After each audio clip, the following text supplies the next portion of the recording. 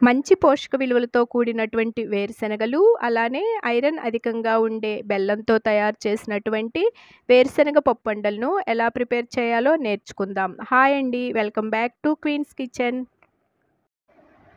ముందుగా స్టవ్ మీద ఒక ప్యాన్ పెట్టుకొని స్టవ్ ఆన్ చేసి 1 కప్పు వేరుశనగ గుళ్ళను సిమ్‌లో ఉంచుకొని వేయించుకోవాలి.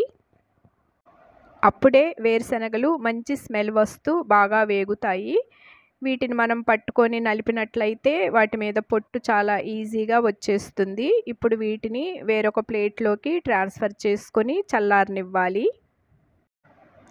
ఇప్పుడు పాకం ప్రిపరేషన్ కోసం అదే కప్పులో 1/4 కప్పు బెల్లం తీసుకొని ప్యాన్‌లో వేసుకొని హాఫ్ గ్లాస్ వాటర్ వేసుకొని పాకం వచ్చే వరకు వేడి చేయాలి.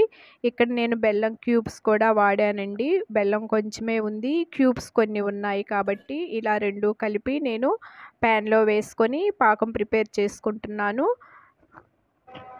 ఈ బెల్లం క్యూబ్స్ అన్నీ వాటర్‌లో బాగా కరిగి పాకం ప్రిపేర్ అవుతూ ఉందండి. ఇలా పాకమంతా బాగా దగ్గర పడి బబుల్స్ వస్తున్నప్పుడు ఒకసారి పాకం వచ్చిందో లేదో అని చెక్ చేసుకోవాలి. ఒక గిన్నెలో వాటర్ వేసుకొని ఈ పాకాన్ని వాటర్‌లో వేసి మనం వేళ్ళతో పట్టుకున్నట్లయితే పాకం చేతికి అంటుకోకుండా ఇలా ముద్దలా వస్తే పాకం ప్రిపేర్ అయినట్లే అండి.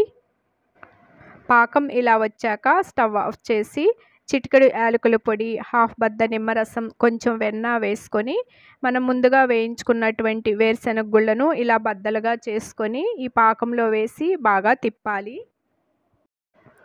ఇప్పుడు ఒక ప్లేట్ తీసుకొని ప్లేట్ అంతా కూడా నెయ్యి అప్లై చేసుకొని ఈ వేరుశనగ గుళ్ళ పాకాన్ని ఆ ప్లేట్‌లో వేసుకొని ఆరనివ్వాలి.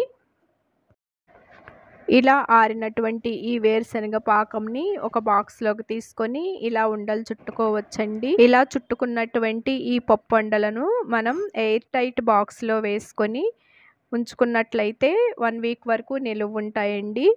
చూడండి పప్పుండలు ఎంత బాగా వచ్చాయో. మీకు కూడా ఈ పప్పుండలు చేసుకోవాలి అనుకుంటే యాజ్ ఇట్ ఈస్‌గా ఇవే టిప్స్ ఫాలో అవ్వండి. ఈ వీడియో మీకు నచ్చినట్లయితే లైక్, షేర్ అండ్ సబ్స్క్రైబ్